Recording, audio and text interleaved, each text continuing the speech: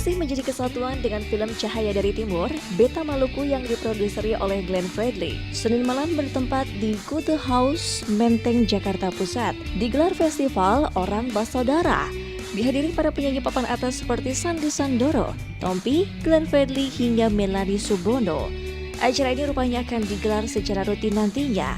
Bagi Glenn, acara festival Orang Basodara memiliki visi perdamaian, di mana seni dan budaya menjadi alat yang tepat untuk bisa merajut perdamaian seperti yang terjadi di Maluku atas konflik yang menimpa di sana.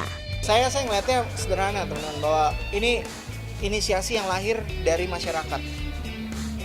Ya, ini inisiasi lahir yang lahir dari masyarakat sendiri, bukan dari dari sistem gitu, bukan dari negara gitu, tapi ini inisiasi yang lahir dari masyarakat, perdamaian yang ingin diperjuangkan dari masyarakat, sehingga festival ini adalah milik masyarakat gitu. Jadi ya kalau festival Basudara ini baru dimulai kemarin 19 Januari 2014, kemudian rencana tahun depan akan jadi festival tahunan di Kota Ambon gitu ya, dan ya kita harapannya sih akan semakin festival ini menjadi sebuah terapi sebenarnya, di mana kebudayaan, seni dan budaya menjadi alat untuk merajut perdamaian itu dan mensiarkan itu ke khalayak yang lebih luas lagi gitu. Misi perdamaian yang ada di dalam acara tersebut membuat Glenn berharap agar media juga turut serta dalam menyiarkan misi perdamaian itu. Apalagi konflik yang menimpa Maluku seharusnya disoroti dengan bijak di negerinya sendiri, bukan negara lain yang justru dirasakan Glenn cukup peduli dengan hal itu. Glenn berharap dengan adanya festival Kita Orang Basodara menjadi bentuk apresiasi perdamaian bagi masyarakat Maluku dan sekitarnya, di mana hal ini ditunjukkan bersama para musisi besar seperti Glenn Fredly dan kawan-kawannya. Ya saya rasa gini nih, ini peranan media sih sebenarnya. Saya melihat bahwa kalau di dunia internasional sih jelas ini udah jadi sorotan sekali gitu. Bicara Maluku, dunia udah ngelihat itu gitu. Saya juga nggak ngerti kenapa media mainstream kita